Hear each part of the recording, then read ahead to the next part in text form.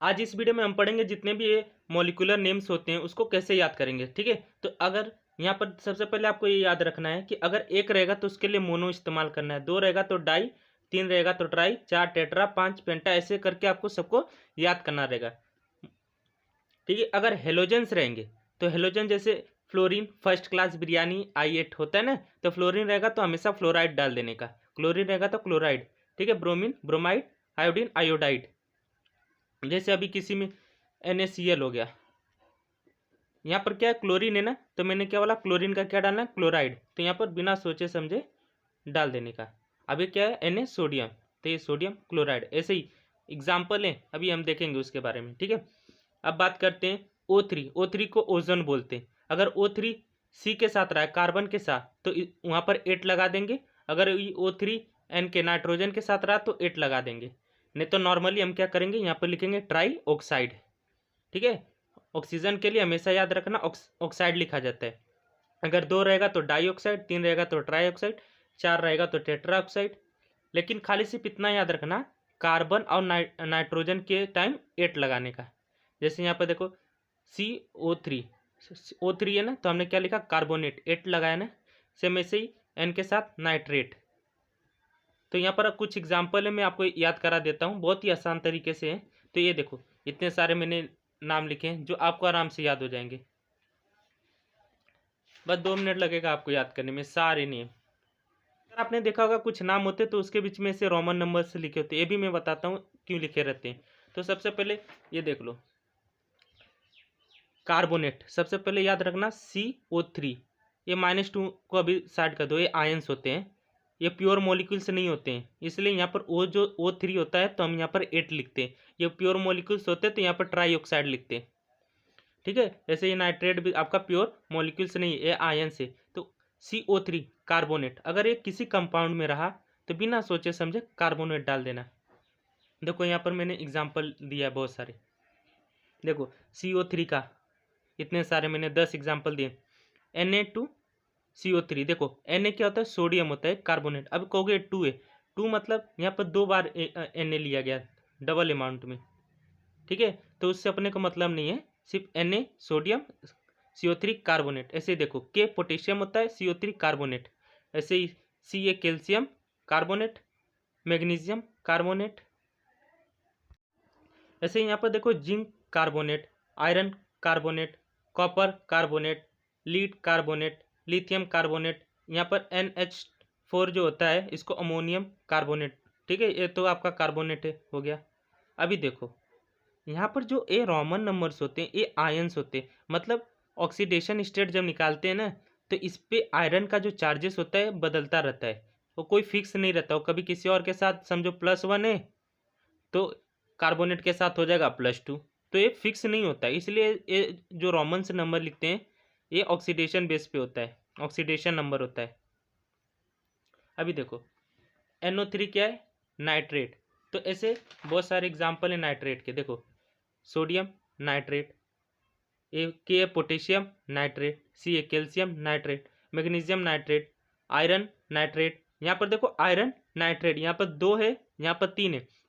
यहाँ पर जो आयरन पे चार्ज है ये +2 है ऑक्सीडेशन। ठीक है, ऑक्सीडेशन नंबर यहाँ पर कितना है, +3 है। तो ऐसे ही देखो copper nitrate, zinc nitrate, ammonium nitrate, aluminium nitrate. तो ऐसे देखो आपको ये 10 एग्जाम्पल यहाँ पर याद हो गए, 10 यहाँ पर नाम याद हो गए। अभी आप बात करते हैं, देखो SO4 रहेगा तो सल्फेट लिखने का बिना सोचे समझे। तो यहाँ पर देखो sodium sulphate, potassium sulphate, calcium sulphate, magnesium sulphate, copper sulphate, zinc sulphate, iron sulphate, aluminium sulphate, barium sulphate. ये जो वो 2 है 3 है रोमन नंबर में, ये मैंने बता दिया ऑक्सीडेशन नंबर्स होते हैं, चार्जेस। यहाँ पर ये आपका 2 है, यहाँ पर आपका 3 है, यहाँ पर आपका 2 है। तो अब देखो 10 ये याद हो गए आपको, 10 ये नाम हो गए। अब हम कुछ इसमें से देख लेते हैं। ये कुछ ऐसे नाम है जो आपको हमेशा याद रखना है।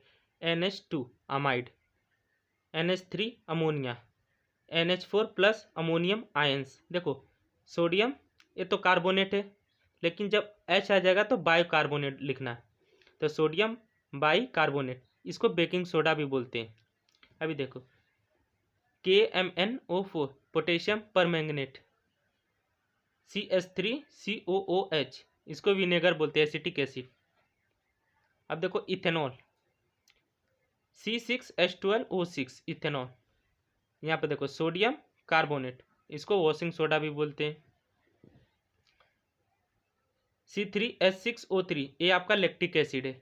ये जितने मैंने दिए ना ये इंपॉर्टेंस है, कॉमन है, हमेशा आते ही रहते हैं। यहाँ पर देखो फॉर्मल्डिहाइड, HCHO, इसको ऐसे भी लिखते हैं, पहले बता दे रहा हूँ इन सभी चीज़ों को। अब ये आपका यूरिया, CO ब्रैकेट NH2 फिर ब्रैकेट 2, ये आपका क्लोरोफॉर्म CHCl3, ये आपका एसीटोन C3H6O। ये अच्छे से याद कर लेना, ये कॉमन है, हमेशा आते ही रहते, खास कर का ये इसको इसको इसको। ये आपका हो गया एक विनेगर, एक आपका वॉशिंग सोडा, लैक्टिक एसिड, ये फॉर्मल्डिहाइड, सिट्रिक एसिड, एसीटोन। बस इतना अच्छे से याद कर लें। अब बात करते हैं यहाँ पर देखो कार्बोनेट नाइट्रेट तो हो गया। ये देखो S क्या है, सल्फर है। यहाँ पर ऑक्सीजन कितना है, 3 है, तो मैंने बोला था ऑक्सीजन के लिए ऑक्साइड इस्तेमाल करेंगे, 3 रहेगा तो ट्राई, तो इसलिए हमने क्या इस्तेमाल किया, try oxide, sulphur try oxide. यहाँ पर देखो SO2 है, S तो आपका सल्फर है, ऑक्सीजन 2 है तो 2, यहाँ पर देखो 2 के लिए क्या है, डाई है, तो डाई, ऑक्सीजन के लिए ऑक्साइड तो डाइऑक्साइड। ऐसे carbon dioxide, nitrogen dioxide. HNO3, देखो यहाँ पर NO3 है तो आपका नाइट्रेट होता है, लेकिन जब H आ जाता है तो एसिडिक हो जाता है, तो ये आपका हो गया नाइट्रिक एसिड। SO4 सल्फेट है, ये तो मैंने बता दिया। OH रहेगा तो इसको हाइड्रो ऑक्साइड बोलते हैं, ठीक है, हाइड्रो ऑक्साइड। कभी भी कहीं भी आपको OH दिख गया वहाँ पर हाइड्रो ऑक्साइड लिख देने का, जैसे ये कॉमन एग्जाम्पल है NaOH। ये तो आपका सोडियम हो गया, ये आपका हाइड्रो ऑक्साइड, ठीक है। यहाँ पर KOH पोटेशियम हाइड्रो ऑक्साइड, ठीक है। अब बात करते हैं H2SO4, ये आपका हो गया sulphuric acid. N2O nitrous oxide, जिसको लाफिंग गैस भी बोलते हैं। Na2H2O3 सोडियम हो गया, H2O3 है तो ये आपका हो गया thiosulphate. C6H6 benzene, CH4 methane. ये तो आपको अच्छे से याद कर लेना है, बहुत ही आसान है, कंफ्यूज नहीं होने का है। ये कार्बोनेट जितना था आपको मैंने बता दिया। यहाँ पर O3 है तो ट्राईऑक्साइड, O2 है तो डाइऑक्साइड, डाइऑक्साइड डाइऑक्साइड बिंदास लगाने का। OH रहे तो हाइड्रोक्साइड, जहाँ भी OH दिखे आपको हाइड्रोक्साइड ठोक देने का है बिना सोचे समझे।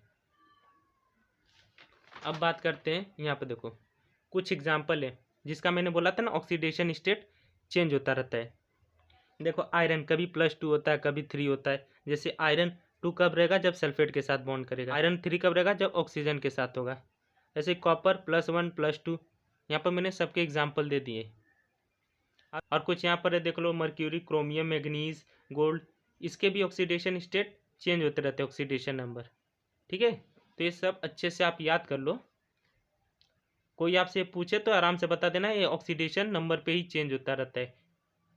ये बस इतने ही एलिमेंट्स हैं जिनके चेंज होते रहते हैं, बाकी के सब के फिक्स है। आप किसी के साथ रिएक्शन करेंगे तो उनका ऑक्सीडेशन नंबर नहीं बदलता है। ये जितने केमिकल में मैंने आपको इसलिए पढ़ाया क्योंकि नेक्स्ट वीडियो में हम ये देखेंगे chemical reaction, combination reaction, addition reaction, synthesis, ये सारे। उसके बाद डिकम्पोजिशन देखेंगे, थर्मल डिकम्पोजिशन देखेंगे, फोटोकेमिकल देखेंगे, कंबंशन देखेंगे, डिस्प्लेसमेंट, ये जितने भी है सबके। यहाँ पर देखो कॉपर हो गया, SO4 क्या था, सल्फेट था, जिंक हो गया, सल्फेट, कॉपर, सबके एग्जाम्पल। BaCl2, Cl क्या, क्लोरीन है, क्लोरीन का मैंने बताया था हेलोजन, क्लोरीन का क्या हो जाएगा, क्लोराइड हो जाएगा। यहाँ पर सोडियम सल्फेट, पोटेशियम ब्रोमाइड, सब देखो। NO3 नाइट्रेट था, सिल्वर, सब एग्जाम्पल आप आराम से याद कर लोगे।